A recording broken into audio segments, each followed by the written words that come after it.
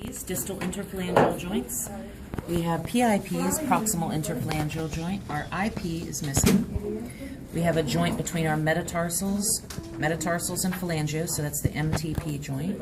There's a joint between the tarsals and the metatarsals, which are the TMT joints. There's the base of the fifth metatarsal, which is also called the tuberosity, which is a common site for fractures. We have a medial or first cuneiform, an intermediate or second cuneiform, which is the smallest, a third or lateral cuneiform, and we have the cuboid. Then we have a navicular, which articulates with all the cuneiforms. And here is a talus, which is the second largest tarsal, and here is the calcaneus, which is the largest tarsal. Our ankle joint is formed by the tibia, the fibula, and the talus. That joint is called the ankle mortise. The roof of that mortise is called the tibial plafond. Between the talus and the calcaneus is the subtalar joint right inside here, also called the talocalcaneal joint. And there's a small hole that goes through there called the sinus tarsi.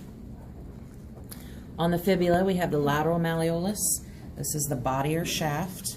Goes up to the neck of the fibula, head of the fibula, apex or styloid process of the fibula. And the tibia has a medial malleolus, an adductor tubercle, and inside here has a fibular notch which holds the fibula. This is your shin bone or your anterior crest, which turns into the tibial tuberosity.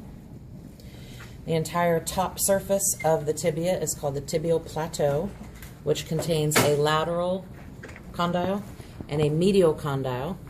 On top of the lateral condyle is an articular facet. On top of the medial is an articular facet.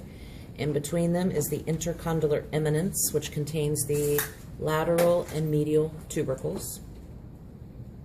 That's it for the tibia. Then on the femur, we have the very large medial condyle and the very large lateral condyle. The medial extends distally more than the lateral. Right above it is a little teeny epicondyle, and then only on the medial side we have the adductor tubercle. Over here we have a lateral epicondyle.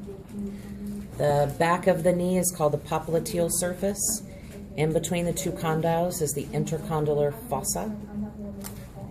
And on the front we have the patella. Here's the apex, which is inferior, the base, which is superior. Front is rough, the back is smooth. And then the surface on the femur that the patella sits in front of is called the patellar surface, the intercondylar sulcus, or the trochlear groove. Bam. Finally learned those after this long.